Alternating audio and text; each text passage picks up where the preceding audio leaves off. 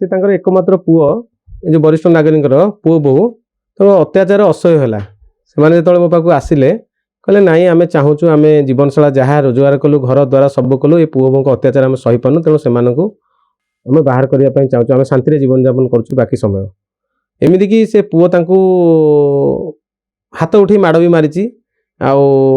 से तो पोषा कथा जहाँ नुहे से गोटे छोटिया दुकान जी कर पैसा पत्र भी डर छड़े निए माड़पीटा करे जंत्रणा असह्य होगा से माननीय हाइकोर्ट द्वारस्थ होती को भाई भाव में बर्तमान डिसीजन रही पक्ष क्या दिखाई कौन डिसीजन शुणाणी कर माननीय कोर्ट माननीय जस्टिस सावित्री रथ कोर्ट से शुणाणी होता से माननीय जस्टिस ऑनरेबल जस्टिस सावित्री रथ कहते जो आमर रही सीनियर सिटीजन एक्ट 2007 आउ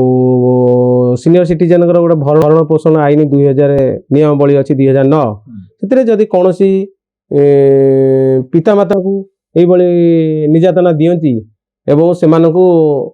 दरकार पड़े घर एविक्शन करा जाय परबो एवं सेतरे पुलिस संपूर्ण रूपे सहाय्य करिवो पक्ष करते आम पुलिस डीजी को पक्ष करूँ राउरकेला एसपी की पक्ष करूँ और प्लांट साइट आईआईसी की पक्ष करूँ को भाव वार्ता रखिए एक डिसीजन निश्चित भाव